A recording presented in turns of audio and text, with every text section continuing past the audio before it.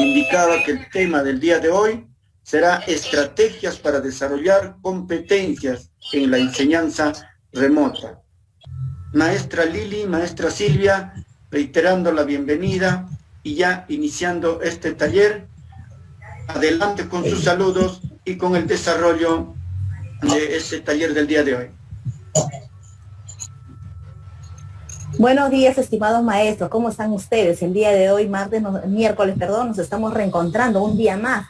El día de hoy vamos a abordar un tema muy interesante acerca de estas estrategias que nos van a conducir a una buena enseñanza justamente en estos espacios remotos, ¿sí? Entonces, sin más preámbulos, nosotros vamos a dar inicio a lo que es pues este seminario que va a tener una duración y luego viene la parte práctica y luego viene la parte de socialización. Muy bien, para que ustedes puedan visualizar, voy a apagar mi cámara para la fluidez de la conectividad, un momentito.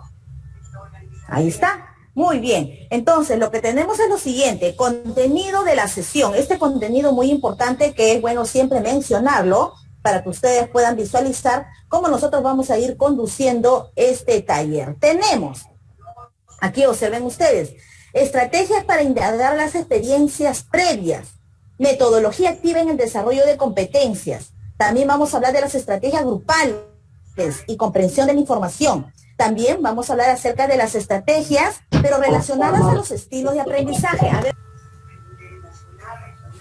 Muy bien, ahora sí, estoy activando otra vez mi micro. Producto. El producto del día de hoy va a ser la formulación de estrategias según las actividades e intención pedagógica. Aquí les presento el propósito de la sesión. ¿Cuál es el propósito de la sesión del día de hoy? Es analizar y comprender las estrategias según las actividades y la intención pedagógica en una enseñanza remota. Tenemos que ir analizando, comprendiendo estas estrategias según el propósito pedagógico que vamos a tener cada uno de nosotros. Continuando, ya como ya nos ha precedido aquí los especialistas de la UGEL, ya precisaron lo que es las etiquetas de la sesión, sí, estar atentos a lo que quizás puede haber las indicaciones ya previas, gestionar alguna ventana que por A o B nos está distrayendo, participar en el chat, si tenemos una idea la mencionamos y sobre todo es muy importante el trato cordial entre nosotros. Sí, esto es muy importante, el trato cordial. Ahora sí, pasamos.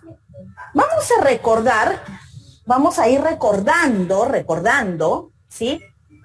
Nosotros tenemos pues siempre preguntas que siempre nos vamos a ir formulando.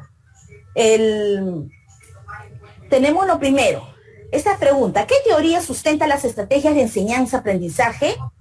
¿Cuáles son los niveles de comprensión de la información? ¿En qué se diferencia el resumen con la síntesis? ¿Cuáles son los organizadores visuales que hemos ido trabajando? ¿Qué características tiene el organizador agua mala? ¿Qué estrategias hemos empleado en el contexto pandémico el año 2020? Entonces, estas preguntas nosotros nos vamos a ir formulando y nosotros, claro, ya sabemos, si hablamos de teoría, bueno, ¿qué teorías nos sustentan con respecto a estrategias de enseñanza-aprendizaje? Recordamos a Beltrán, recordamos a Román y Gallego, recordamos a Jerome Brunner, que nos habla del aprendizaje por descubrimiento. Entonces tenemos pues una gama de autores pedagógicos que nos sustentan. Y Julio Pimienta, que él habla de estrategias para resolver o desarrollar competencias. Pero ¿para qué, profesora? ¿Por qué yo quiero pues implementarme de estrategias? Justamente para desarrollar el pensamiento creativo, el pensamiento crítico, el pensamiento resolutivo y el pensamiento ejecutivo. Y todo ello me va a conllevar a la resolución de problemas. Seguimos para adelante y esta resolución de problemas tiene a la mirada de ser el emprendedor, ¿no? Lograr el aprendizaje de emprendimiento. Para ello nosotros vamos a tener un conjunto de estrategias. Observen ustedes, estrategias didácticas, esas estrategias didácticas que es por área. Luego tenemos las estrategias de experiencias previas. Aquí ya viene la intención pedagógica, es decir, yo tengo que conocer qué estrategias puedo implementar para extraer saberes previos. ¿Qué estrategia podemos implementar para desarrollar competencias? Entonces estamos hablando de la metodología activa. Estrategias de aprendizaje según los estilos de aprendizaje de nuestros estudiantes, cómo ellos aprenden. También es bueno identificar qué estrategia es la más pertinente. Estrategias para reorganizar y comprender la información. Esto es base, esto es básico en una enseñanza remota. Y por último, tenemos las estrategias grupales. Estas estrategias que nos va a permitir socializarnos. ¿Y lo podemos hacer en un entorno virtual? Por supuesto que lo vamos a hacer en un entorno virtual. Muy bien, entonces aquí ustedes visualizan este conjunto de estrategias. Lo que nosotros ya dominamos como docentes de especialidad son nuestras estrategias didácticas, ¿no? Esas estrategias que estaban mirando a cada competencia según el área curricular. Si hablábamos, pues, profesora, si nosotros hablamos de comunicación y miramos la competencia, nosotros podemos decir el antes, durante y después de la lectura. Si es escribe, planifica, textualiza y revisa, que tiene mucha relación con los procesos didácticos. Y si estamos hablando, profesora, para ciencia y tecnología, ¿qué estrategia didáctica es la más pertinente para mi área? Por ahí el ABP, aprendizaje por proyectos, aprendizaje por investigación, aprendizaje por discusión o debate, etcétera. Entonces, este primer grupo de estrategia, nosotros ya estamos muy empoderados, porque es de nuestra especialidad. Hay que mirar esas estrategias que tienen intención pedagógica y que se relacionan con nuestros procesos pedagógicos. Seguimos para adelante, por favor. Empezamos con el primer grupo, estrategias para indagar las experiencias previas. Si hablamos de estrategias para indagar de experiencias previas, entonces estamos hablando de los saberes previos. Y siempre nos preguntamos, ¿no? ¿Cómo se indagaba las experiencias previas en los estudiantes? Entonces aquí vamos a responder en el chat. ¿Cómo se indagaba las experiencias previas en los estudiantes? Voy a aperturar mi chat para poder visualizar su respuesta. Un momentito. Ok, aquí tenemos. Ya estoy visualizando el chat. Vamos a ir participando, de esta manera cumpliendo con nuestra etiqueta que habíamos mencionado. ¿Cómo se indaga o se indagaba las experiencias previas? Aquí está, muy bien, inmediatamente, matemática, Elder, lluvia de ideas, profesora. Aquí tenemos a Mesa con preguntas abiertas. Educación física, Ciro, lluvia de ideas, a través de preguntas, nos dice Ronald, Betty, Claudio, tenemos a Omar, todos indican preguntas. Guillermina, lluvia de ideas, igual que Noemí, igual que Melina. Perfecto, Arturo, presentando una situación, me dice. Raúl Torres, preguntando a los estudiantes. Liliana, con preguntas, maestra, muy bien. Roger, mediante lluvia de ideas. Yolanda, a través de preguntas, lluvia de ideas, me indica, a ver, acá está Pedro, tenemos a Julio, lluvia de ideas, tenemos a Antonio, preguntas. Melina, aquí Melina ya me está precisando una especie de dinámica, de juego, pero este juego con una intención pedagógica, la charada. Muy bien, Melina, de comunicación. Felicita, preguntas e imágenes. Qué interesante el análisis de imágenes. Tania, mediante preguntas, me dice Tania. A ver, ¿qué más tenemos aquí? Tenemos a Lianca, preguntas. Tenemos a Rocío con preguntas abiertas, formulario, me dice Arturo, comunicación, me dice Rosana, me dice preguntas, imágenes, lluvia de ideas, etcétera. Perfecto, todos me indican preguntas, planteando preguntas. Recuerden que como somos nosotros, pues creo que más de 200, entonces lo que estoy haciendo es dar lectura al azar. Voy a cerrar mi chat, felicitaciones a todos, evaluación de entrada también han indicado. Muy bien, ya cerré el chat.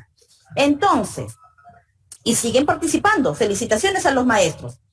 Entonces, lluvia de ideas, ustedes mencionaron, esto es un clásico, les digo, la lluvia de ideas es un clásico, profesora. Si yo quiero desarrollar una actividad de mi experiencia de aprendizaje, entonces al momento de conectarme, de hacer mi actividad sincrónica, tengo que aplicar mi lluvia de ideas. El detalle está, ¿la estamos aplicando bien? ¿Hemos aplicado bien lluvia de ideas? ¿Cómo nosotros aplicábamos lluvia de ideas? ¿Qué hacíamos? ¿Solamente preguntábamos y escuchábamos? ¿Nada más? Entonces aquí me indica el cómo, ¿no? ¿Cómo aplicamos lluvia de ideas? Me dice que se parte de una pregunta central. Esta pregunta central que es muy importante. Aquí un ratito luego voy a dar lectura, ahí he visto una idea muy importante y es bueno compartir. ¿Se acuerdan una de nuestras etiquetas? Si tenemos una buena idea, la compartimos y lo acabo de visualizar. Dice, puede ser oral escrita, no se ahonda en justificaciones ni en su fundamento, porque lluvia de ideas pues tiene un objetivo, no tiene una intención, rescatar esos saberes previos, esas experiencias previas, que nosotros no vamos a decir si está mal o está bien, eso nos va a servir, es como un prediagnóstico. Todas las ideas son válidas, muy bien. Dice, en tiempo breve, máximo 15 minutos, anotar las ideas expuestas, no dice ahí. Promover un ambiente de respeto. Las ideas se analizan, valoran y organizan, realizar un resumen. Esto es clave, Esto es clave. Al momento de nosotros realizar lluvia de ideas, tenemos que realizar como un resumen. O si no, mencionamos esas ideas resaltantes. También podemos hacer el resumen de forma escrita o de forma oral. Asimismo, la técnica de lluvia de ideas también me sirve para una enseñanza remota. Pero para ello, ¿qué necesito? Necesito como soporte una herramienta digital. Y una de las herramientas digital es Kahoot, que yo sé que muchos de ustedes ya conocen. Y aquí está, ¿no? ¿Para qué me sirve lluvia de ideas? ¿Qué intención pedagógica tiene? Indagar conocimientos previos, favorecer la recuperación de la información, aclarar concepciones erróneas, desarrollar la creatividad, la participación de los estudiantes, la interacción de ellos. Para eso nos sirve. Aplicamos lluvia de ideas. Muy bien, seguimos avanzando. Vamos a observar un ejemplo. Observen ustedes. Ese es un ejemplo en una situación presencial. Y recuerden ustedes que también lo llevamos a un contexto, a un entorno virtual. Aquí está el maestro, ¿no? Donde pregunta, ¿un ser humano es un sistema aislado, cerrado o abierto? Y aquí ustedes observan 8 estudiantes y cada uno de ellos empiezan a mencionar su lluvia de ideas. De acuerdo a las indicaciones, ¿qué es lo que debemos hacer los maestros? Número 1, tener un tiempo determinado. Número 2, deberíamos ir registrando, haciendo un resumen, esas ideas más resaltantes. Entonces, motivando y haciendo que nuestros maestros participen. De acuerdo a lo que mencionan nuestros estudiantes, que observan ustedes en la imagen, pues el maestro llega a la conclusión, 4 ideas. Y si ustedes dan lectura, uno de los estudiantes que están ahí sentados dice algo, ¿no? Coincido con mis compañeros. ¿Eso será un saber previo? ¿Será una experiencia previa? Por ahí otro estudiante dice, no comprendo del todo qué es un sistema cerrado. Entonces, ahí nosotros tenemos que identificar las ideas, ¿no? Rescatar las ideas y hacer como un resumen, ya sea escrito o ya sea oral. Muy bien, voy a pedir por favor a los participantes y al soporte técnico para que deshabilite, para que los maestros puedan hacer anotaciones en la pantalla, porque se está viendo rayaduras, por favor. Gracias. Sí, gracias, por favor. Eso sí lo podemos, hay un botón para deshabilitar, ¿no? Que se realicen esas rayaduras. Muy bien, gracias, que de forma involuntaria muchas veces sucede. A mí también me ha pasado. Muy bien, continuamos entonces. Y ustedes mencionaron algo importante, profesora, las preguntas. Si yo quiero que el estudiante verbalice las preguntas, pero ¿qué tipo de preguntas? ¿Qué tipo de preguntas? Aquí les presento preguntas guía. Profesora, ¿y estas preguntas guías, pues, cómo se realizan? Principal, seleccionamos un tópico, tema o campo temático. Formulamos las preguntas. También se solicita a los estudiantes que las formulen, tomando en cuenta la representación siguiente, que ahora lo vamos a visualizar. Estas preguntas se van a responder haciendo referencia a datos, ideas, etc. Es necesario, para las preguntas guías, realizar un esquema, ¿sí? El esquema del tipo que ustedes desean. ¿Para qué me sirven las preguntas guías? Para identificar detalles, analizar conceptos, indagar conocimientos previos, para eso es, y planear un proyecto, ¿no? Que es luego lo que viene. Aquí van ustedes a visualizar estas preguntas guía. Aquí tienen preguntas guía, aquí está. Muy bien.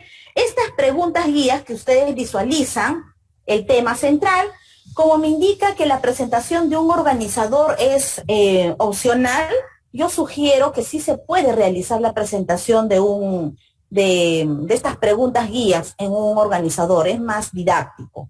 El tema central, y ahí ustedes observan las preguntas, el qué. Cuando preguntamos qué es, direcciona concepto. ¿Quién? Personaje o elementos. ¿Cómo? El proceso. ¿Cuándo? Se refiere a tiempo. ¿Dónde? Quiero saber el lugar. ¿Cuánto? Esa cantidad. ¿Por qué? Es la causa. ¿Y para qué? Es el objetivo. Observen ustedes, este conjunto de preguntas guías nos va a permitir a nosotros, pues, ir desarrollando un tema para saber cuáles son sus saberes previos. Y aquí les vamos a presentar un ejemplo. ¿Sí? Aquí les vamos a presentar un ejemplo. Observen ustedes, aquí tenemos un ejemplo. A ver un momento. Ahí tenemos un ejemplo. Observen, está en función a un tema. Está en función a un tema. Entonces, dice administración de desempeño, y ahí tienen ustedes. ¿Qué? La definición, quiénes participan en una administración del desempeño, cuándo, me habla de la temporalización, cómo es el proceso, dónde el lugar, y por medio de qué, insumos o herramientas, ¿no? Entonces ahí hay un ejemplo. También le presentamos el siguiente ejemplo en función a una imagen. Observen ustedes, nosotros les podemos presentar una imagen. Es decir, cuando ustedes leí en uno de sus comentarios, mencionaron imágenes. Está bien, la imagen es un soporte, el video es un soporte, la frase es un soporte, la situación problemática es un soporte, pero ¿cómo le damos ese tratamiento? Ahí viene la estrategia, ¿no? Aquí utilizamos, en función a esta imagen, utilizamos nuestras preguntas guías, que es, ¿qué elementos participan, dónde y cómo? Muy bien. No solamente tenemos preguntas guías, también tenemos otro grupo de preguntas, que es muy importante. Y sobre todo, este tipo de preguntas es como para romper el hielo, ¿no? Quizás el temor que puedan tener nuestros estudiantes. Son nuestras preguntas literales, ¿sí? Las preguntas literales, ustedes observan ahí, ¿qué nos dice sobre las preguntas literales? ¿Qué, cómo, cuándo, dónde? Explica, muestra, define. Entonces, preguntas básicas. También tenemos el conjunto de preguntas exploratorias, ya en función a procesos, ¿no? Entonces tenemos preguntas guía, preguntas literales, preguntas exploratorias, y nosotros continuamos. Aquí, esa es una estrategia que a mí me encanta, y de verdad les digo, excelente. Y no solamente me sirve para rescatar saber previo, sino que esta estrategia se queda para toda tu sesión. El SQA. ¿Qué quiere decir SQA? El SQA, lo que sé, lo que quiero saber y lo que aprendí. A ello se refiere SQA. ¿Cómo desarrollo, profesora, esta estrategia SQA? Me dice ahí, se presenta un tema, un texto, una situación, ¿no? Es más amplio. Y los estudiantes van a responder en función a ¿qué es lo que sé? Entonces ahí los estudiantes van a pues escribir, redactar o mencionar qué es lo que ellos saben, sus experiencias previas en función a ese tema, ese texto o situación. Luego, ¿qué quiero saber? Es decir, cuáles son sus expectativas, sus dudas, sus incógnitas. Y por último, ya al finalizar, ¿qué es lo que aprendí? Va a contrastar lo que él sabía y lo que logró aprender. Quizás él tenía una idea errónea de la situación, y al final se dio cuenta que no era así, era diferente. Entonces va a ir verificando, va a ir contrastando cómo empezó y cómo está terminando. Y nos va a permitir la metacognición, esta estrategia. Las respuestas pueden ir en un organizador visual o en una tabla de 3 columnas, ¿sí? Es opcional. ¿Para qué me sirve? Partimos para identificar saberes previos, pero ya sabemos que no solamente es para saber previo, es para todo nuestro proceso. Se va a identificar las relaciones de los conocimientos que ya sabía con los que van a ir adquiriendo, ¿no? Plantear preguntas, generación de motivos que dirijan la acción de aprender. Aquí les voy a presentar un ejemplo en función a 3 columnas, ¿sí? ¿Se acuerdan del organizador visual? Nosotros podemos presentar esta estrategia en 3 columnas. lo que sé, lo que quiero saber y lo que aprendí. Y es más, esta estrategia me funciona para presencial y también para trabajo remoto. A ver, ¿qué vamos a tratar el día de hoy? Entonces le doy la plantilla, lo que sé, lo que quiero saber y lo que aprendí, y a medida que vamos disertando en la sesión, ellos pueden ir escribiendo, ¿no? Hay un ejemplo donde dice elasticidad de la demanda. ¿Qué es lo que sé? Muy bien, ahí está expresando. ¿Qué es lo que quiero saber? Quizás alguna duda que tenga, algo que desconozca, y qué es lo que logré aprender.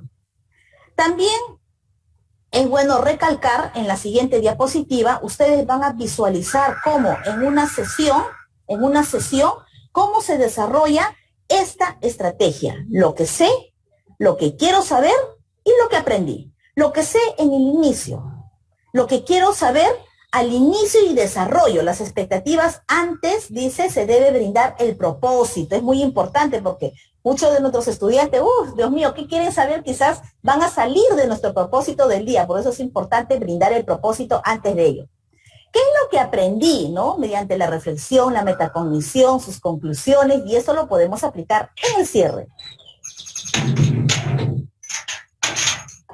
Como les había mencionado, aquí nosotros podemos aplicar el SQA en una sesión de aprendizaje. RAPR. Por favor, gestionamos nuestros micros. ¿Sí? Gestionamos nuestros micros. Gracias. RAPRP. ¿Qué significa? ¿Cómo se desarrolla, profesora? ¿Qué es RA? Respuesta anterior. Y la P, la pregunta. Y RP, respuesta posterior. Muy bien, entonces, esto también es en función a preguntas, sí, es la manera como voy a ir presentando. Recuerden ustedes que la P de pregunta es donde nosotros vamos a ir precisando, ¿no? Es el punto de partida, me dice. Y a partir de esta pregunta viene la respuesta anterior y luego la respuesta posterior. ¿Para qué me sirve? Ya habíamos indicado. Para indagar conocimientos previos, desarrollar el pensamiento crítico, desarrollar lo que es la metacognición y desarrollar sobre todo la comprensión, ¿no? Para eso me sirve, avanzamos, RA, P y RP. Para ellos nos sirve, ¿no? Es de la intención pedagógica de esta estrategia. Estamos en el bloque de estrategias de experiencias previas. Pasamos a la siguiente y aquí ustedes tienen un ejemplo. Ahí está, es una tabla con 3 columnas, respuesta anterior, pregunta y respuesta posterior. El punto de inicio es la pregunta, o sea, la columna del medio tiene que ya estar marcada y los estudiantes van a ir completando las columnas de los costados. Muy bien.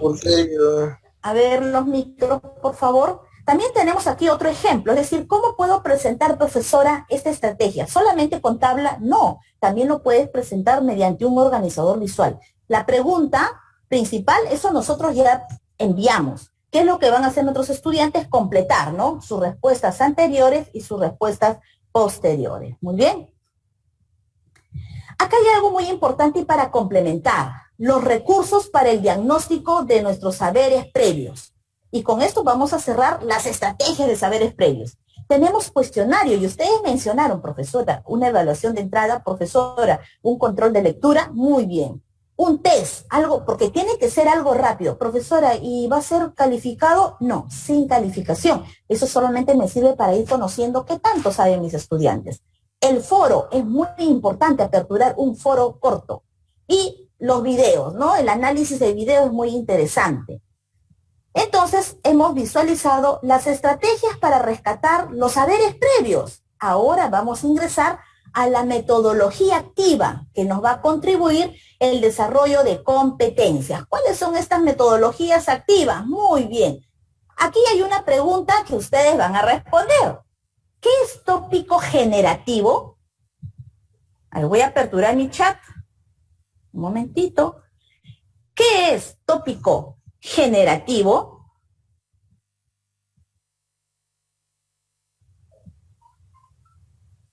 Muy bien, vamos a dar unos 30 segundos para que puedan ir, o lo que ustedes piensan que es, ¿ah?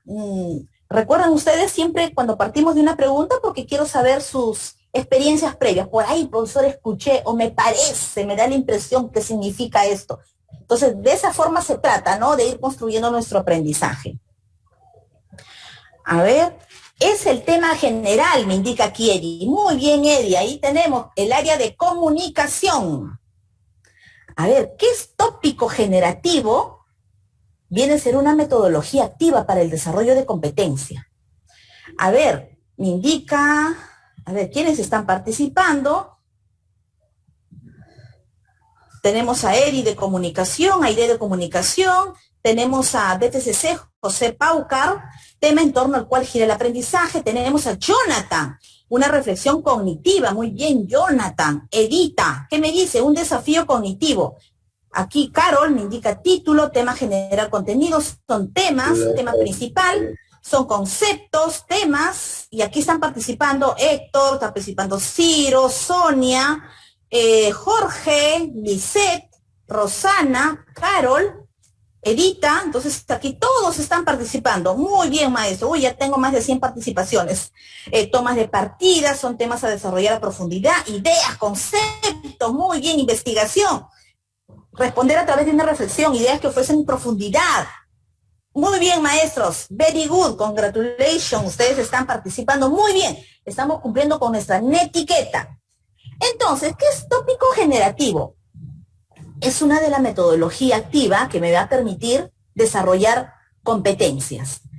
¿Y cómo se desarrolla, profesora? Genial, me parece esta idea muy bien, pero ¿cómo desarrollamos? Observen ustedes. Dice, se fomenta un espacio de reflexión con otros colegas mediante una lluvia de ideas. Ah, muy bien. ¿Qué quiere decir? Que antes de ello nosotros tenemos que trabajar de manera colegiada.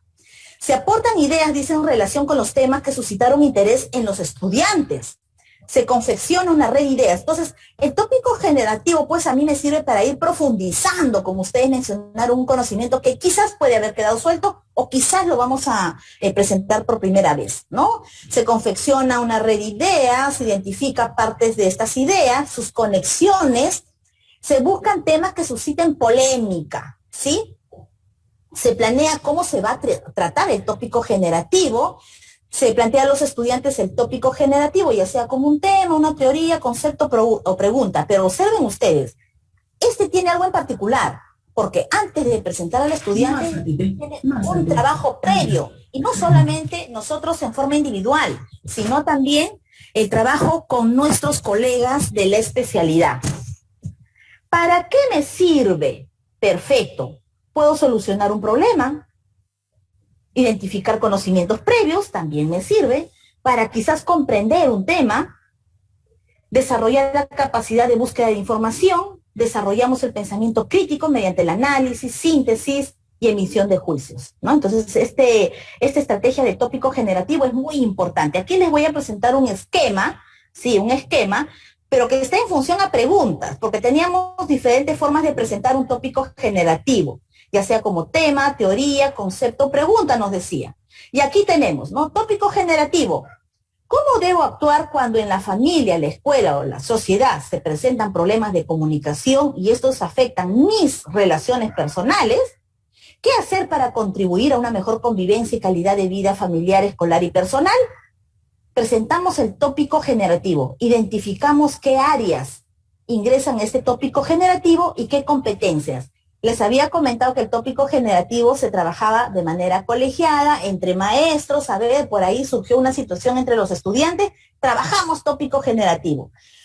En este tópico generativo, observen ustedes, ¿qué podemos ingresar? Aquí lo que podemos ingresar es la investigación documental, dice, acerca de las relaciones sociales y los problemas de comunicación. Debate de las causas del problema. Elaboración puede ser de un artículo de difusión con vistas a publicarse en una revista, puede ser universitaria, puede ser una revista escolar, puede ser una revista de la UGEL, etc. Entonces, para nosotros trabajar el tópico generativo, todavía tenemos que ir sustentando, porque es una metodología activa, podemos ir sustentando estas estrategias didácticas, ¿no? Investigación documental, es decir, previo para hacer un diagnóstico del problema, debate en función a las causas del problema y elaboración de un artículo. Estos son un ejemplo, estamos mostrando ahí un ejemplo, cómo trabajar un tópico generativo. Bueno, esa es una metodología activa. Ahora les voy a presentar otra metodología activa. ¿Cómo aplicamos la simulación como estrategia? Esta es una pregunta muy importante, ¿no? ¿Cómo aplicamos la simulación como estrategia. Y recuerden ustedes, muchos maestros me escriben, me dicen, profesora Lili, me parece interesante simulación, pero no lo puedo trabajar en la enseñanza remota, me dicen por ahí. ¿Será cierto que no lo podemos trabajar en la enseñanza remota, la simulación? Podemos trabajar. Nuestros estudiantes pueden hacer simulaciones sin que nos conectamos. Y también lo que podemos realizar son a través de los simuladores virtuales que existen. Entonces tenemos varias herramientas, ¿no? Profesora, pero ¿y si no hay conectividad? Ayer justamente comentábamos con un equipo muy interesante, donde mencionábamos pues que el medio de comunicación que prácticamente nos da un gran soporte cuando no hay conectividad son las emisoras radiales.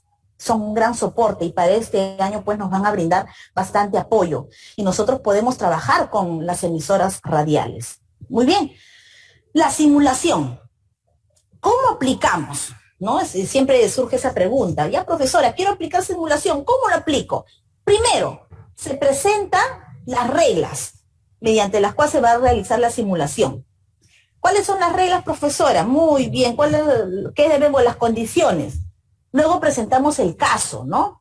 Se propicia la interacción, dice, de los estudiantes en una simulación dada. El ambiente, y esto es muy importante, debe ser relajado, es decir, debemos dar confianza a nuestros estudiantes para que actúen con mayor naturalidad y creatividad. Dice, se puede sustituir acciones de los personajes por estudiantes que aún no han participado, por ejemplo. Finalmente, se debe realizar una evaluación de la situación representada para identificar actuaciones asertivas y que ameriten mejora. Es decir, después de cada estrategia, no solamente la simulación, siempre es bueno realizar una evaluación. ¿Para qué me sirve una simulación? Favorece prácticas innovadoras, solucionar problemas, transferir conocimientos, favorecer la metacognición, realizar el aprendizaje cooperativo, liderazgo positivo, autonomía, ¿no? Les mencionaba acerca de generar confianza, comprender un problema social, quizás, y sus causas, acercamiento a la realidad. Entonces tenemos muchas ventajas con esta simulación. Y aquí les voy a presentar ejemplos que podemos hacer de simulación. El lavado de manos. ¿Cuáles son esos pasos de acuerdo a la OMS de lavado de manos? Entonces nosotros podemos brindar a través de un tópico generativo y luego implemento con una simulación. Si tienen conectividad, pueden hacer, los estudiantes pueden grabar y hacer un video. Y ahí estoy insertando la competencia transversal sobre TICs. ¿Se dan cuenta cómo se moviliza en una sola estrategia muchas competencias? Entonces, pero teniendo en cuenta cuáles son esas condiciones, ¿no? Cuáles son esas condiciones, reglas de una simulación. Por ejemplo, le podemos indicar qué materiales emplear, cuáles son los pasos y en qué tiempo para el lavado de manos, ¿no? ¿Qué materiales empleo? Agua y bastante jabón, jabón y bastante agua. ¿Qué pasos? ¿Cuántos son los pasos? ¿Cuál es el tiempo destinado que nos dice la OMS, Organización Mundial de la Salud, con respecto al lavado de manos? Entonces, por ejemplo, eso puede ameritar una simulación. Tipos también, ¿no? Tipos de lavado de manos. Tenemos el lavado de mano quirúrgico, el social, entonces tenemos que identificar y de acuerdo a ello, qué materiales, qué pasos. Otra de la metodología activa que a mí me parece genial e inclusive trabajamos en distintas áreas curriculares es el estudio de caso. ¿Quién no ha trabajado estudio de caso? La mayoría de nosotros trabajamos con estudio de caso, pero nosotros debemos de tener en cuenta, en este estudio de caso, tenemos que tener en cuenta, pues, cuáles son las fases, ¿no? Hay fases que nosotros debemos seguir porque es una metodología activa. Observen ustedes. Fase de preparación del caso. Aquí el caso nosotros vamos a ir preparando. Nosotros, ¿sí? Los maestros. Fase de recepción y análisis del caso por parte de los estudiantes, para lo cual deben realizar una búsqueda de información adicional para un adecuado análisis. Estamos promoviendo la indagación. Fase de interacción con el grupo de trabajo. Si el análisis se realizó de manera individual, es necesario que esta fase se realice en pequeños grupos. Es decir, no solamente vamos a trabajar de manera individual, sino también en equipos. Luego viene la fase de evaluación, ¿no? Presentar ante el grupo los resultados obtenidos del análisis individual o en pequeños grupos, se acerca, se discute acerca de la solución y se llega a un consenso, ¿no? Siempre nosotros tenemos que ir evaluando los estudiantes y llegar a un consenso. Y luego viene la fase de confrontación con la resolución tomada en una situación real. Aquí inclusive puede haber un diálogo, ¿no? Un pequeño diálogo entre los estudiantes. Entonces, aquí les voy a presentar cómo nosotros aplicamos un estudio de caso. ¿Cómo se aplica, profesora, un estudio de caso? Seleccionamos nuestra competencia a trabajar siempre, ¿no? Partimos de ello, identificamos una situación o problema, analizar, seleccionamos las situaciones de acuerdo a su relevancia, ¿no? Necesidad y interés del estudiante. Redactamos el caso, señalando las posibles causas y efectos, determinar los criterios de evaluación, sobre la cual los estudiantes realizarán el análisis de caso, siempre sin indicarle al estudiante cuáles son los criterios de evaluación. Se evalúan los casos con base en los criterios previamente definidos y el caso se somete al análisis de otros colegas. Observen ustedes, el análisis de caso, existe una preplanificación para el análisis de caso, ¿sí? Muchas veces traemos un casito y lo lanzamos, no. Tenemos que tener en cuenta las fases y tenemos que tener en cuenta esa preparación para el caso. ¿Para qué me sirve? Estudio de caso pues me va a permitir desarrollar la mayoría de los pensamientos. Tenemos el pensamiento crítico, ¿no? La competencia comunicativa, al final va a tener que ir a hacer un diálogo, va a tener que comunicar, argumentar y contrastar. El aprendizaje colaborativo es muy importante en grupos pequeños, ¿no? Y inclusive ya hablamos de la parte emocional, saber escuchar a nuestros compañeros, solucionar un problema, y se integran diversos conocimientos, es decir, no solamente se centra en una sola competencia. La siguiente metodología activa, todos ustedes la conocen, es aprendizaje basado en problemas. He observado que aplican bastante en matemática, en ciencia y tecnología, en sociales, pero aprendizaje basado en problemas puede ser de manera transversal. ¿Cómo aplico? El cómo, observen ustedes, en este tipo de metodología de aprendizaje basado en problema, tiene que haber un trabajo previo a la sesión con los estudiantes, ¿no?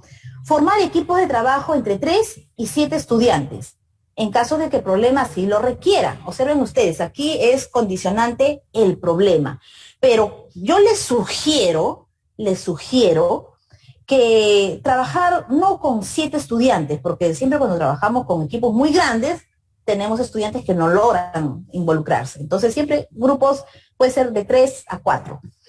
Se asignan roles a los miembros del equipo.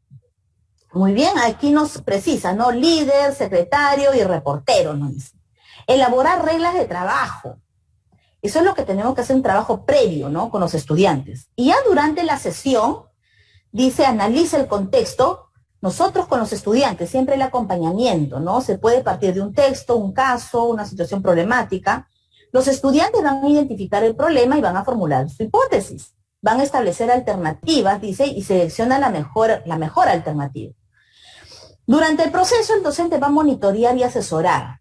Y asimismo también se pone a prueba la alternativa mediante una simulación.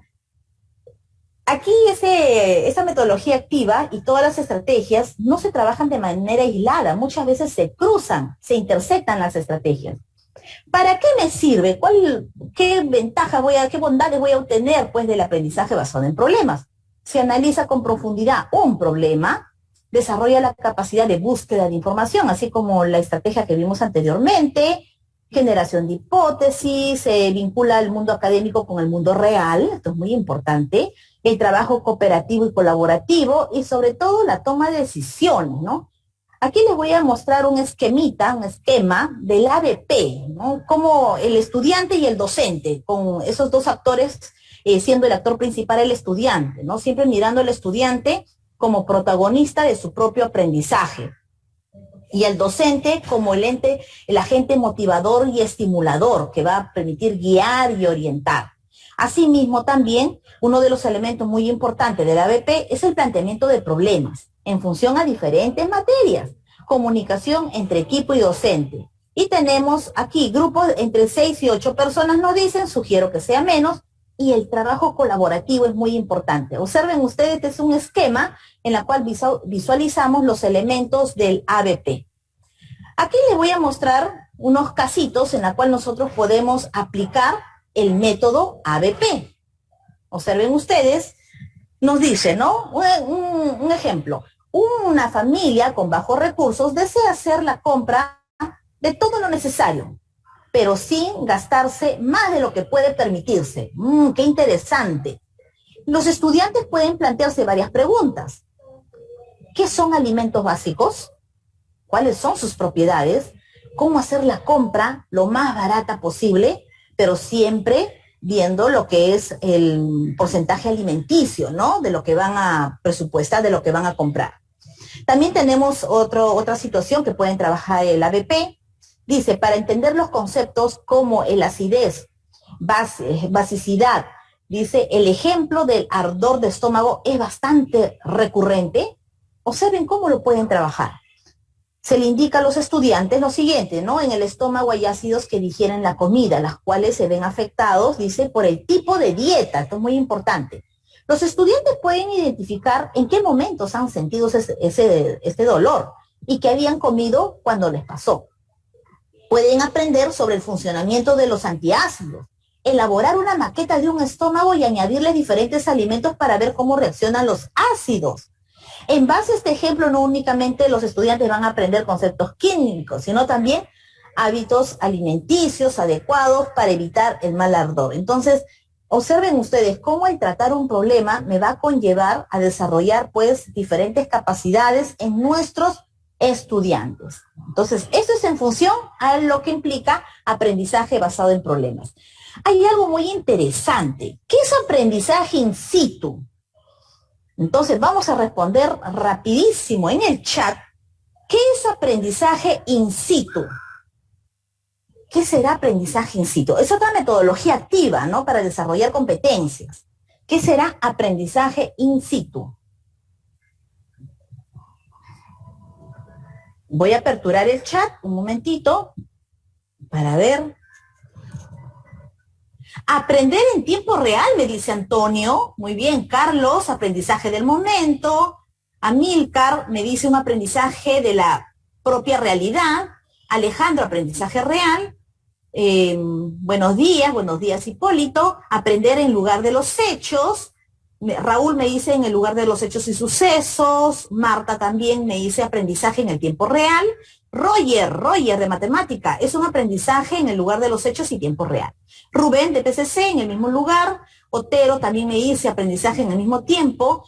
Rocío, contexto, me indica. Gustavo en el mismo lugar, dice e incesante. Noemí, desarrollar habilidades en su medio realidad, trabajo campo, logro de conocimientos en el acto, aprender en lugar, aprender al instante. Todos me indican la parte vivencial. Está Carmen, está Jenny, Patricia, Silvia, Augusto, tenemos a Mesa, Víctor, Claudio, y todos están participando. Esto es muy interesante, ¿no? La participación. Recuerden ustedes que cuando nosotros participamos, estamos aplicando lo que es la neuropedagogía. ¿Qué me dice la neuropedagogía? Que cuanto más los sentidos se activan, ese aprendizaje se va a fijar. En estos momentos ustedes están activados el sentido de la audición, de la vista, pero al momento de ir digitando estamos activando nuestro sentido del tacto, ¿no? Entonces estamos cumpliendo con nuestra neuropedagogía. Felicitaciones a todos ustedes. Muy bien. Aquí me indica Rosana, situaciones reales. Vicenta, aprendizaje en el contexto. Muy bien. Felicitaciones a todos por su participación activa. Excelente, excelente. Voy a cerrar. Recuerden ustedes que tenemos un tiempo previsto. Me daría un gran gusto y placer pues dar lectura a todo lo que ustedes mencionan. ¿Cómo aplicamos el aprendizaje in situ? Como ustedes mencionaron, de contexto, profesora, de la realidad, en el lugar, en el momento. ¿Saben ustedes? Se selecciona el entorno, esto es clave, ¿ah? Y ustedes miran, profesora, qué pena, no vamos a poder trabajar aprendizaje in situ porque estamos en la enseñanza remota. Y yo les digo, sí podemos trabajar.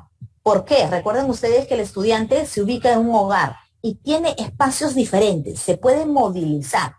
Y por ello nosotros seleccionamos un entorno. Y se acuerdan, el día de ayer les había comentado que el área importante de la casa es la cocina, ¿sí? Como un laboratorio en casa. Entonces, Seleccionamos el entorno. Aquí me dice, se prepara a los estudiantes para enfrentarse al entorno. Se monitorea el desempeño y la adaptación al entorno por parte del estudiante. Se da un seguimiento a las actividades. Esto es muy importante. ¿Para qué me sirve? ¿Para qué me sirve aplicar aprendizajes in situ? Formar competencias. ¿Sí? Esto es clave en los mismos entornos, porque va a ser su realidad. Analizar con profundidad un problema. Desarrollamos capacidades de búsqueda de información. Favorecer la generación de hipótesis, vincular el mundo académico, muy importante, con el mundo real, favorecer el aprendizaje cooperativo y la toma de decisiones, que es muy importante en aprendizaje in situ. A continuación van a observar ustedes aprendizajes in situ que se identificaba en una educación en la modalidad presencial a través de un biohuerto. Podemos visitar un biohuerto, analizar el proceso de... También un laboratorio. Recuerden ustedes que el laboratorio, ustedes me dirán, profesora, nosotros somos de matemática, dice laboratorio, nosotros no podemos, nosotros armamos nuestro laboratorio en el aula, ¿sí? Nuestro laboratorio matemático con todas nuestras herramientas, nuestros materiales. Entonces, tenemos biohuerto, laboratorio, los talleres, que es muy importante, el patio. El patio, nosotros podemos generar ahí aprendizaje in situ, en el patio. Entonces tenemos muchos espacios. El mercado es muy importante. El museo. Nosotros podemos decir a las mamás, ¿sí? A las madres de familia, que lleven a los hijos al mercado. Pueden aprender muchas cosas. La etnomatemática para todos los maestros de matemática con el enfoque de resolución de problemas. Que acompañen a sus padres al mercado. Presupuesto, intereses, compra y venta, equivalencia. Mira todo lo que podemos desarrollar en aprendizaje in situ. Ahora vamos a observar otra metodología activa muy importante, y esta es la parte emocional, la parte social, la asertividad, la empatía, la ayuda social. Aprendizaje mediante el servicio. ¿Cómo desarrollo el aprendizaje mediante el servicio? Lo primero, tenemos que determinar qué producto o servicio se va a ajustar al aprendizaje de una competencia. Determinamos el contexto donde vamos a ir a aplicar nuestro proyecto, nos organizamos los equipos entre 5 a 7, aquí sí sugiero ese número, se asigna un contexto a cada equipo, se introduce a los estudiantes al equipo, que se involucren, que conozcan, se da un seguimiento y retroalimentación al trabajo de los estudiantes. Se realiza una plenaria para que ellos expongan y manifiesten sus experiencias y las estrategias que aplicaron para afrontar un problema, ¿no? Entonces, aprendizaje mediante el servicio. ¿Qué voy a lograr? ¿Qué voy a lograr en mis estudiantes? Desarrollar competencias tanto genéricas como específicas.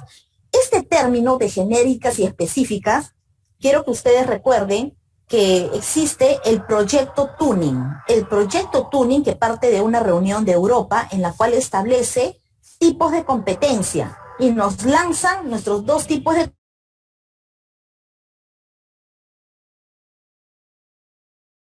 las competencias disciplinares. Y cuando nos hablan de competencias genéricas, son esas competencias que las acabo de mencionar, que es el desarrollo de las habilidades sociales, la inteligencia interpersonal. Ahí se ubican las competencias genéricas. Liderazgo es una competencia genérica. ¿Qué más me indica? Aplicar los conocimientos adquiridos en las aulas, diagnosticar las necesidades de la población y respuestas que como estudiantes se pueden ofrecer.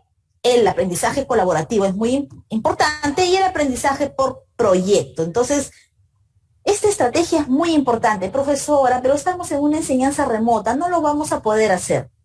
Sí se puede hacer. Les comento una experiencia que tengo aquí en Lima, Vía El Salvador. Ustedes saben que estamos en un contexto pandémico de salud, entonces los estudiantes de quinto año de secundaria, sí, de la institución educativa Maxule de Vía El Salvador, nos hemos reunido y a través de redes sociales, nos hemos organizado por redes sociales para llevar ayuda humanitaria a una zona alta de Villa María del Triunfo. Entonces, sí podemos hacer, podemos aplicar esta metodología activa de aprendizaje mediante el servicio. Y como estamos en una enseñanza remota, como les digo, siempre vamos a tener nuestro soporte, ¿no? Que va a ser las herramientas digitales. Aquí hay un ejemplo, dice, ¿no? Llevar a cabo una acción educativa de conservación del medio ambiente, dice, que tenga efecto en la comunidad para mejorar su calidad de vida. Ustedes observan, etapa 1, inmersión, dice, en el problema ambiental, andamiaje, ayuda ajustada para construir aprendizaje significativo, y por último, la consolidación, ¿no?, de impacto a la comunidad. Ustedes observan una imagen, esta es una playa, también puede ser un río, puede ser quizás relaves mineros, etcétera.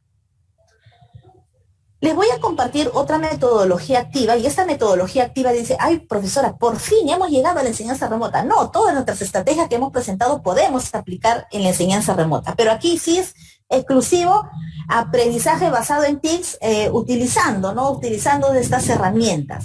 ¿Cómo podemos aplicar? Siempre identificando el problema y las competencias que voy a desarrollar, ¿no? ¿Cuál es mi intención pedagógica, mi propósito, mi evidencia? Todo eso tengo que tenerlo claro. Determinamos qué herramienta tecnológica es la más pertinente. Recuerden, no todas las herramientas tecnológicas son pertinentes dependiendo de tu intención pedagógica. Hay que analizar. Y recuerden, tenemos herramientas que no lo tienen todo, tienen ciertas desventajas también.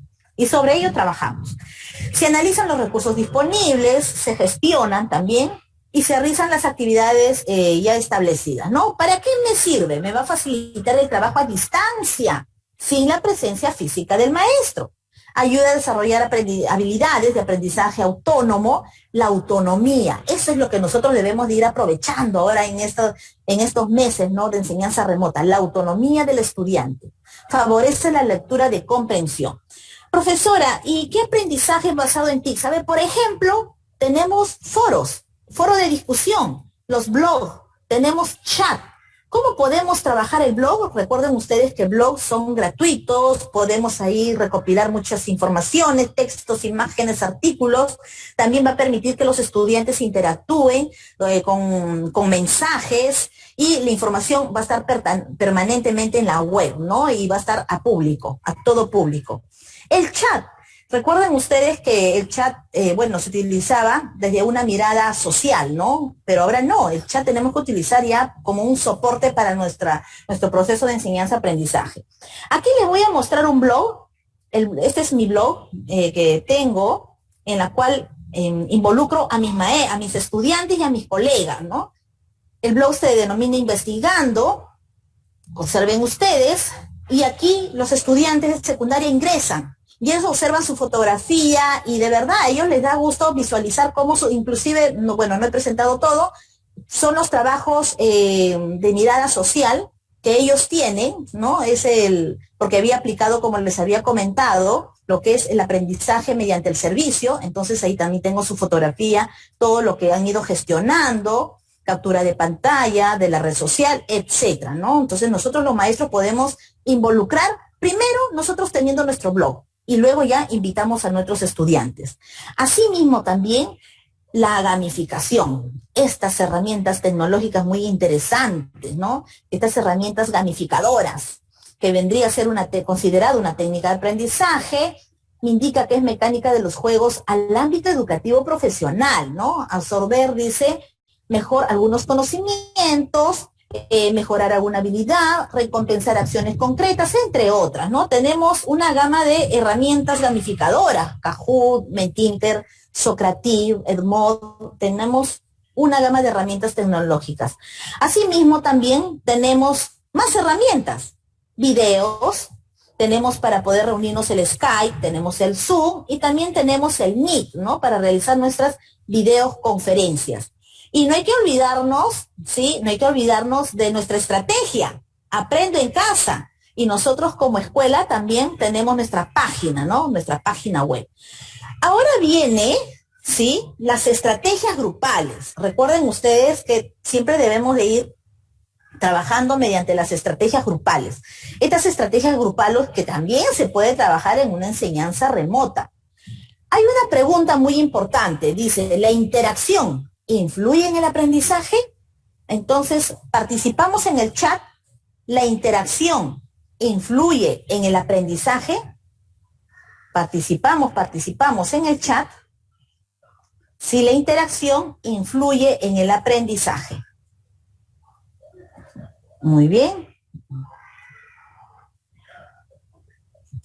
Vamos a dar lectura de forma muy veloz. Me dice que sí. Muy bien. Todos están respondiendo. La socialización entre los estudiantes. Ah, muy bien. Noelia, salas de Messenger, profesora. Ahí está dando ¿no? Está dando lo que es su punto de vista, ¿no? Gracias, Noelia. Está compartiendo una buena idea. Me dice, todo me indica que si influye, perfecto, si influye la interacción, influye cuando el contenido es valioso, ¿no? Es importante, por supuesto, teniendo en consideración zona de desarrollo próximo, ¿no? Que nos propone Lev Vygotsky. Si es determinante, compartir ideas ayuda al aprendizaje, muy bien, determina, ¿qué más me dice?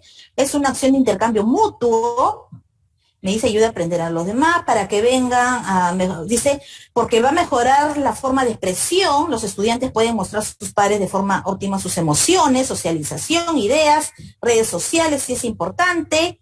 La teoría sociocultural de Lev Vygotsky así lo demuestra. Muy bien, José Paucar, de FCC. Por supuesto, el aprendizaje de persona a persona, me dice. Sí, el intercambio de aprendizaje colaborativo. Cuando más interacción ocurra, mejor es el aprendizaje. Perfecto, voy a cerrar. Felicitaciones a todos los que están participando. Muy bien, de eso se trata, ¿no? De eso se trata. Entonces, esta es la pregunta, ¿no? ¿La interacción influye en el aprendizaje? Por supuesto, esto nos soporta, nos dice Lev Vygotsky. Cuando entramos a enseñanza remota el año pasado, en el mes de marzo, todos nos preocupamos y decimos, Dios mío, ¿qué hacemos? No van a interactuar. Pero para eso están nuestras herramientas digitales. Podemos utilizar todas las que tengamos a la mano, desde televisión, desde radios, emisoras radiales, es decir, desde lo más básico hasta lo más sofisticado. Tenemos el debate. Aquí nosotros podemos interactuar. El debate. Y observen, hay 3 puntos que sí quiero que queden claros, por favor. Diálogo, discusión y debate. 3 puntos claves. ¿Qué implica el diálogo? 2 o más personas exponen su parecer. Discusión. 2 o más personas exponen y argumentan pareceres contrarios. Debate. 2 o más personas exponen y argumentan pareceres contrarios ante una audiencia con la presencia de un moderador, ¿no? Es más formal el debate. Y eso me brinda lo que es determinar la libertad, tolerancia y disciplina. Es decir, con el debate no solamente voy a profundizar un tópico, un tema o una idea, no, sino también observen qué otros aspectos más va a influenciar, vamos a generar. ¿Para qué me sirve el debate? Práctico, pensamiento crítico, profesora.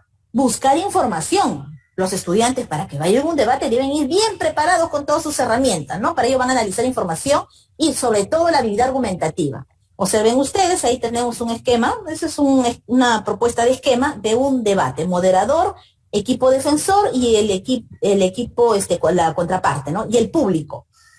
Muy bien. También tenemos otra estrategia grupal, que es el simposio. El simposio es muy importante. En este simposio tenemos 3 características, ¿no? Que es la asistencia, la participación y la organización. Ahí tienen ustedes una estructura, cómo se pueden organizar. ¿Para qué me sirve? El simposio es clave para obtener información actualizada, plantear preguntas, desarrollar capacidad de argumentación y sobre todo convencimiento, igual que el debate.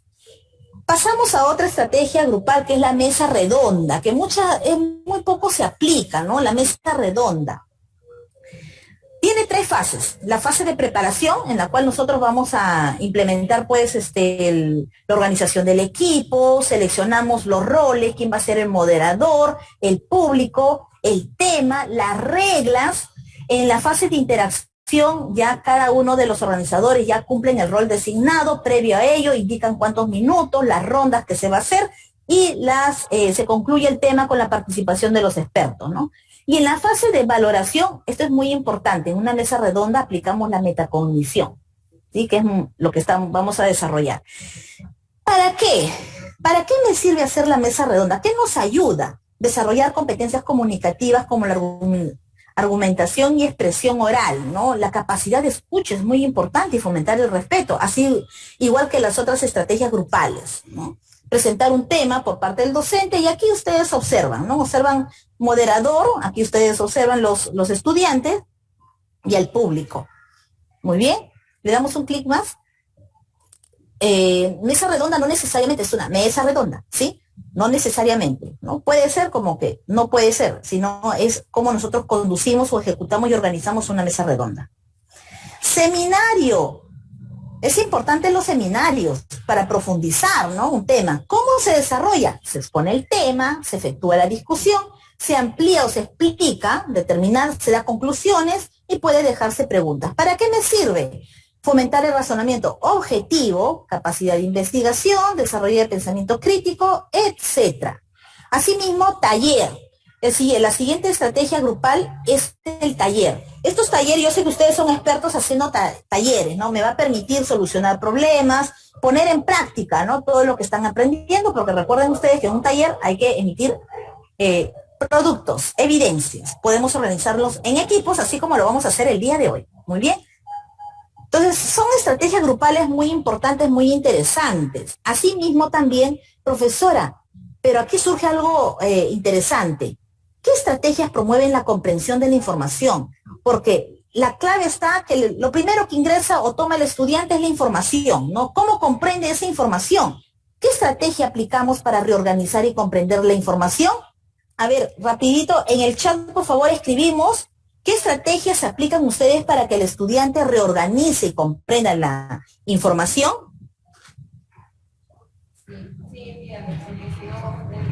A ver, Ulises, tiene un enfoque constructivo. Muy bien, Ulises. Perfecto. Enfoque constructivista, perfecto. Isabel, excelente. Entonces, organizadores visuales, me están indicando aquí Liliana, lectura comprensiva, Rocío, organizadores de conocimiento, Betty, organizadores gráficos, organizadores visuales, cuadro sinóptico, ya precisando, ¿no? ¿Qué organizador visual?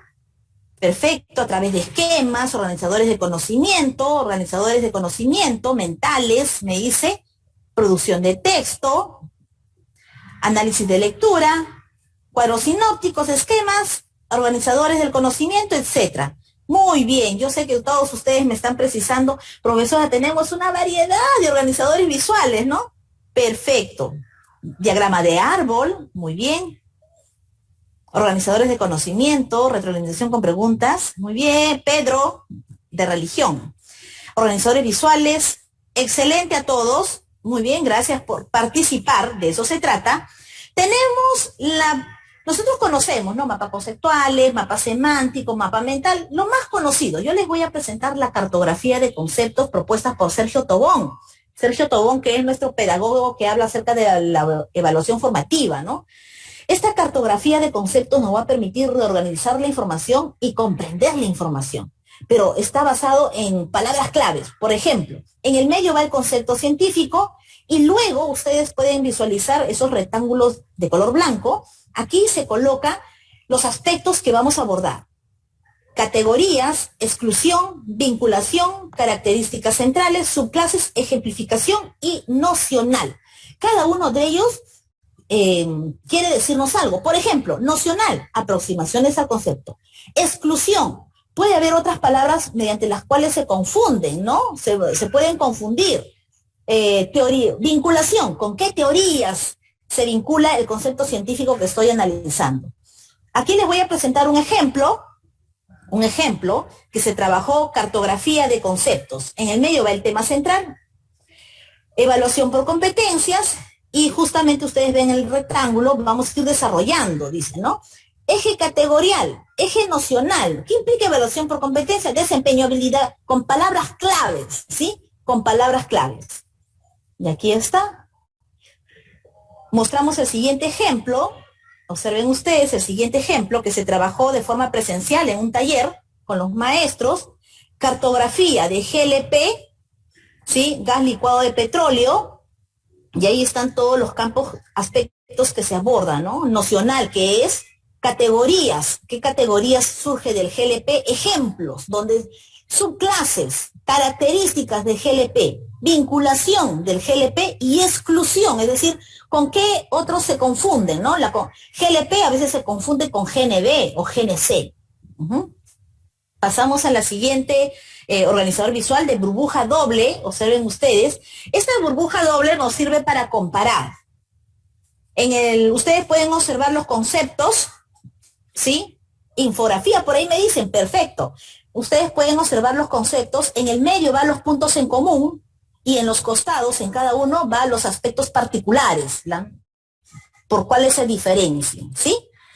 Siguiente, vamos a mostrarle un ejemplo. Aquí ustedes observen. Muchos me dicen, profesora Lili, en matemática no se puede aplicar organizadores visuales. Sí podemos aplicar. Este es un ejemplo básico, ¿no? Vemos dos figuras geométricas. En el medio va puntos en común y en los costados ustedes pueden visualizar características. ¿Ven ustedes? Siguiente, tenemos también otro ejemplo que hemos trabajado, el GLP versus GNB. En el siguiente ejemplo, muy bien, ustedes observen GLP y GNB, en el medio va puntos en común y en los costados en contra o diferencia. Aquí hay un organizador visual que les voy a presentar, ¿sí? Se llama Aguamala. Y ustedes dirán, profesor, ¿y cómo? ¿Y por qué se llama Aguamala, profesora? Este organizador visual poco conocido. Es porque tiene la apariencia de la medusa azul. La medusa azul se le denomina Aguamala. Entonces, este organizador visual les encanta a los estudiantes porque rompen la estructura de mapas conceptuales, ¿no? Lo que siempre trabajamos. Tiene la estructura de título del tema, va en la parte, inclusive, ustedes están observando que está mirando, observen ustedes la mirada que da mi organizador, que está en forma vertical. Ustedes lo pueden ubicar horizontal, mirando a la izquierda, a la derecha, en forma diagonal. Aquí entra creatividad del estudiante.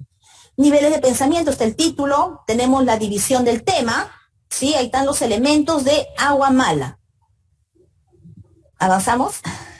Tenemos el título, la división del tema y tenemos las características o elementos, ¿no? Entonces tenemos esos bloques para nosotros reorganizar la información y comprenderla.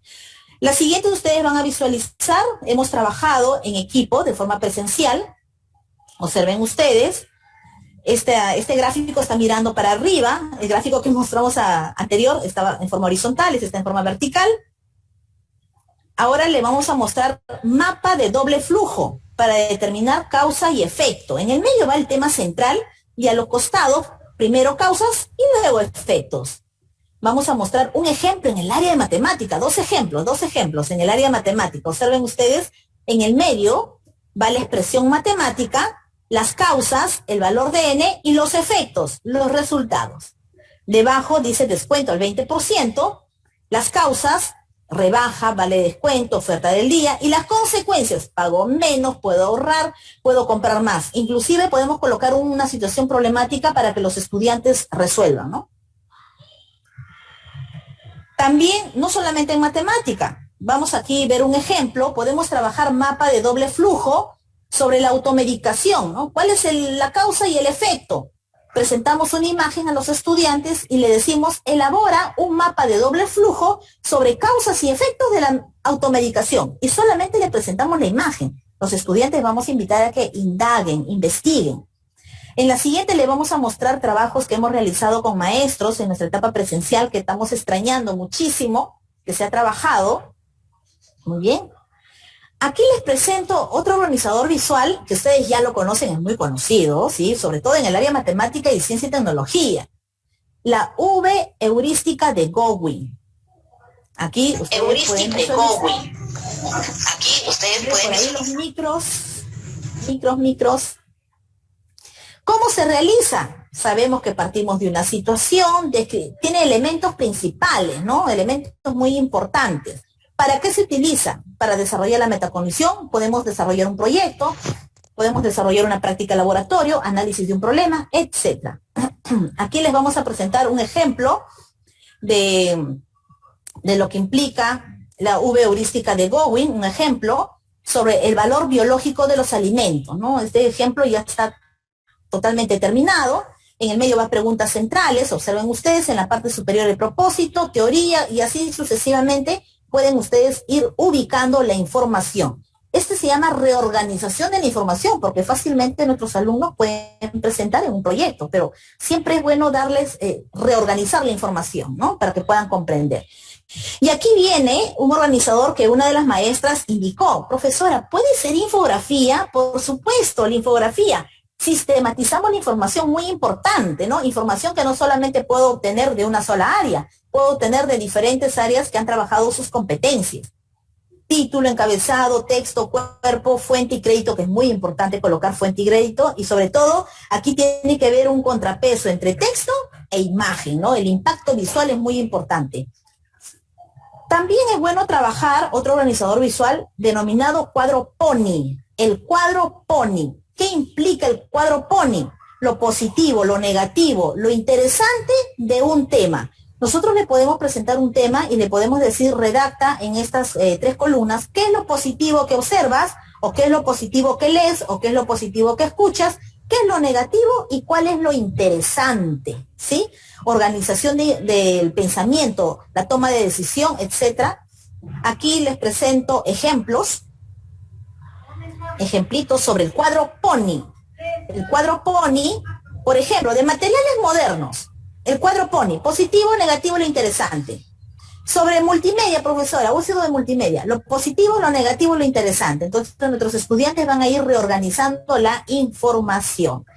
Inclusive, con una sola imagen, en la siguiente diapositiva van a observar ustedes, podemos nosotros brindar al estudiante una imagen y le podemos decir, instalación de gas natural a domicilio, y que elaboren positivo, negativo, interesante y observen. Nosotros podemos ir pues implementando nuestra estrategia, no solamente como me dan la aplico, he agregado conclusiones. Es decir, muy aparte de positivo, negativo, interesante, ¿a qué conclusiones llega? Y ya le denomino cuadro Ponic, a través de una imagen. Y aquí observen ustedes, se trabajó también con maestro esta estrategia. Ahora les voy a presentar otra estrategia denominado el QQQ. ¿Qué significará esta estrategia, el QQQ? Quiere decir qué veo, qué no veo y qué infiero. ¿Cómo se realiza? Puede ser a partir de un tema, una imagen, un video también, ¿sí? ¿Para qué se utiliza? Para indagar conocimientos previos, pensamiento crítico, creativo, hipotético inclusive. Y a continuación les voy a mostrar un ejemplo, ¿sí? Aquí está, se les presenta una imagen a los maestros y se les pregunta, ¿no? ¿Qué veo? Y los maestros pueden decir un hombre asustado, un hombre ansioso, está mirando algo. ¿Qué no veo? Por ejemplo, lo que mira el señor, las cosas o ideas que se encuentran a su alrededor no identifico. ¿Qué infiero? Que el hombre se va a enfrentar a una situación laboral que le estrese y no sabe cómo. Entonces es lo que puede inferir, hipotetizar. Esta estrategia es muy importante. QQQ. Puede ser a partir de una lectura, a partir de una imagen, a partir de un video. En la siguiente, ustedes, una imagen, presenten una imagen, por ejemplo, esta es la fotografía de la deflagración que hubo del GLP aquí en Villa El Salvador, que por cierto yo vivo a unas 2 cuadras del lugar del evento. Entonces, para llevar a la reflexión a nuestros estudiantes de estos eventos trascendentales, penosos, ¿no? Para que ellos también reflexionen. Podemos aplicar esta imagen, qué veo, qué no veo y qué infiero, ¿no? Para ya tomar acciones, medidas preventivas. Seguimos. Aquí tenemos, inclusive estas estrategias son ilimitadas, maestros, ilimitadas. Le estamos presentando lo más esencial y también lo que quizás no se maneja mucho, pero sí es muy interesante, ¿no? Saliendo de lo tradicional. Siempre es bueno hacer que nuestros estudiantes, sí, redacten un resumen, síntesis, ensayo y reporte de práctica laboratorio. Pero por ahí me dicen, profesora Lili, resumen y síntesis no es lo mismo. El resumen es las ideas principales, pero respetando las ideas del autor. En síntesis, aparte de esas ideas principales, también nosotros podemos ingresar la interpretación. Es de mayor nivel el síntesis.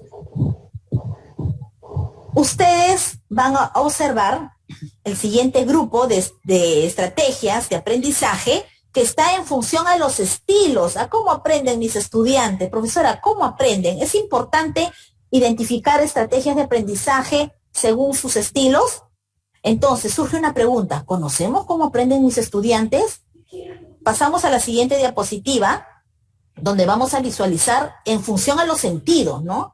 Nosotros tenemos estudiantes que son visuales, que son auditivos y que son kinestésicos, de acuerdo a los sentidos. Y también nosotros tenemos que identificar cómo es la conducta de mi estudiante en el aspecto visual, cómo maneja la lectura con respecto al visual, auditivo, kinestésico. ¿Cómo maneja la información con respecto al visual, auditivo y kinestésico? Observen ustedes ahí. ¿Qué me dicen, no? El kinestésico, pues es el estudiante que va a expresar sus emociones, pero a través de movimientos, ¿no? A través de movimientos. Entonces, el kinestésico generalmente no es un gran lector. Es decir, sentarse a dar una lectura extensa. Entonces, lo que debemos de hacer con el kinestésico quizás es ir hablándoles y nosotros realizar ciertas, la modulación de voz, colocar énfasis en ciertas palabras, ¿no? Entonces, es importante ver cómo aprenden nuestros estudiantes. A ver, pasamos. Aquí tenemos los estilos de aprendizaje. Lo que hemos observado anteriormente son estilos de aprendizaje de acuerdo a los sentidos. Aquí son estilos de aprendizaje de acuerdo a la experiencia, ¿no? Lo que nos propone Jone y Alonso. Observen ustedes, aquí tenemos el teórico, el reflexivo, el pragmático y el activo. El teórico va a ser pues el metódico, el lógico, el reflexivo. Va a ser el concienzudo, el receptivo, el analítico, el exhaustivo. El activo va a ser el animador, el arriesgado, el espontáneo. El pragmático, el que va a experimentar, el práctico, el directo y el eficaz. Y ustedes pueden observar al costado, ¿sí? En qué situaciones ellos pueden participar. Pero recuerden que estos estilos de aprendizaje nosotros podemos combinar y darle oportunidad a todos nuestros estudiantes. Muy bien, seguimos avanzando.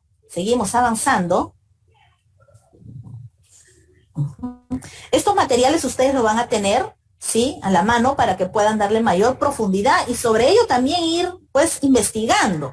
Observen ustedes, aquí vamos a tener estrategia, lluvia de ideas, profesora, sí, ya lo hemos tratado al inicio. ¿Qué estilo de aprendizaje favorece? El activo, porque es el que va a participar. Pero eso no quiere decir que los demás no participen, tenemos que involucrarnos. Lámina, foto, mural. Aquí el estilo que favorece va a ser el pragmático y activo. Concordar o discordar, el reflexivo, ¿no? El que participe, si tiene un estilo de aprendizaje reflexivo, entonces le va a ir muy bien en un debate. La siguiente, por favor. Tenemos la estrategia, por ejemplo, frases incompletas. El estilo de aprendizaje que favorece va a ser reflexivo y teórico. Escribir sobre algo, el teórico y el reflexivo. El estudio de caso va a ser el teórico, perdón, ¿no? Entonces aquí vemos los estilos de aprendizaje que se activan de acuerdo a la estrategia.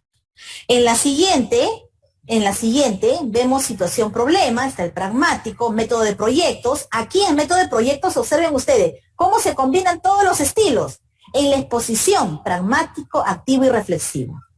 Y por último tenemos, en el uso de plataformas educativas, tenemos todos los estilos, se combinan todos los estilos, y en proyectos de aprendizaje tutorado, sobre todo activo, reflexivo y pragmático.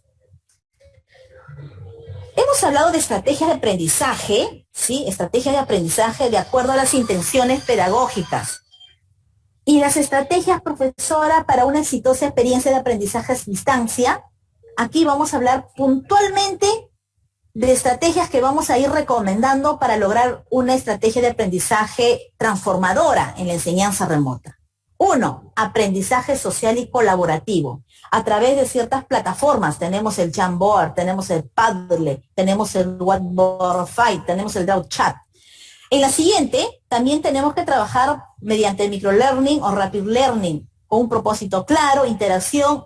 El material en dispositivo móvil, ¿cómo se le llama a ello? Tecnología ubicua. La siguiente, gamificación, a través de minijuegos, simulaciones, ¿no? Aquí tenemos el Quizy, Kahoot, Menti, Socrative, etc. También tenemos la curación de contenidos, esta estrategia para todos, de forma transversal. ¿Por qué les digo para todos? En una enseñanza remota, nuestros estudiantes, ¿qué hacen? Recopilan la información y muchas veces no la leen y envían trabajos inadecuados. Entonces aplicamos la estrategia curación de contenidos. Ellos comentan, categorizan, recopilan y reflexionan. Van a curar el contenido, así se denomina la estrategia. Y por último es importante trabajar con este soporte, ¿no? Que son los contenidos visuales, videos, infografías, podemos trabajar con imágenes, capturas de pantalla, etc. Aquí les voy a presentar las herramientas tecnológicas según su intención. Aulas virtuales, tenemos las famosas Google Classroom, tenemos el Moodle, tenemos el Remind, tenemos el Chamilo, tenemos Dokeos, Runachai y Carolan. Entonces aquí tenemos un conjunto de aulas virtuales que nosotros tenemos a nuestra disposición. Herramientas para videoconferencia, el Meet, tenemos lo que es el Hangouts, tenemos lo que es el Skype, tenemos Microsoft Teams, tenemos el Zoom, Jitsi Meet, el Blackboard y GoToWebinar, que son herramientas para videoconferencias. Y herramientas para evaluar profesor a través de la gamificación, tenemos el Kahoot, que ya hemos hablado, el Quizy, Socrative, Edmodo, Menti y Nearpod. Asimismo, tenemos plataformas para almacenar y compartir información. Tenemos el Google, con el Google Drive, tenemos ahí la diversidad de documentos. Así también tenemos en el Microsoft 365 nuestro OneDrive, donde también tenemos estos archivos que nosotros vamos a poder subir. Muy bien. ¿Cómo producimos software y recursos educativos virtuales? Aquí tenemos una gama, pues nosotros para el Logo, Scratch, AppLab, tenemos JavaScript, el Python, Arduino, tenemos estas plataformas en las cuales nosotros podemos ir trabajando nuestros materiales educativos. Voy a cerrar con esto, algo muy importante, el uso pedagógico del WhatsApp. ¿Cómo se le denomina? Tecnología ubicua. Entonces, al uso pedagógico de WhatsApp se le denomina pedagogía ubicua. Profesora, ¿y qué quiere decir tecnología ubicua? Bueno, la tecnología ubicua quiere decir que el aprendizaje aprende en cualquier lugar y en cualquier momento. Ahora sí, llegamos a la parte donde vamos a poner en práctica todo lo que hemos escuchado, profesora. Y aquí les dejo con la doctora Silvia. Muy buenos días. Vamos a trabajar ahora el caso práctico de estrategias para desarrollar competencias en la enseñanza remota. Voy a dar las orientaciones para la actividad del día de hoy. En primer lugar, vamos a ser direccionados a subsalas, pero esta vez las subsalas van a estar organizadas por 4 áreas específicas. Ya el moderador les ha indicado, y si no lo han hecho, podemos ir renombrándonos de acuerdo a las 4 áreas que se les ha dicho: matemática, comunicación, ciencias sociales y CIT. Si somos de otra área, podemos renombrarnos con un área afín para poder trabajar el día de hoy. Igual que el día de ayer, se pide que elijan a un coordinador de equipo que compartirá la pantalla para poder editar el documento en Word.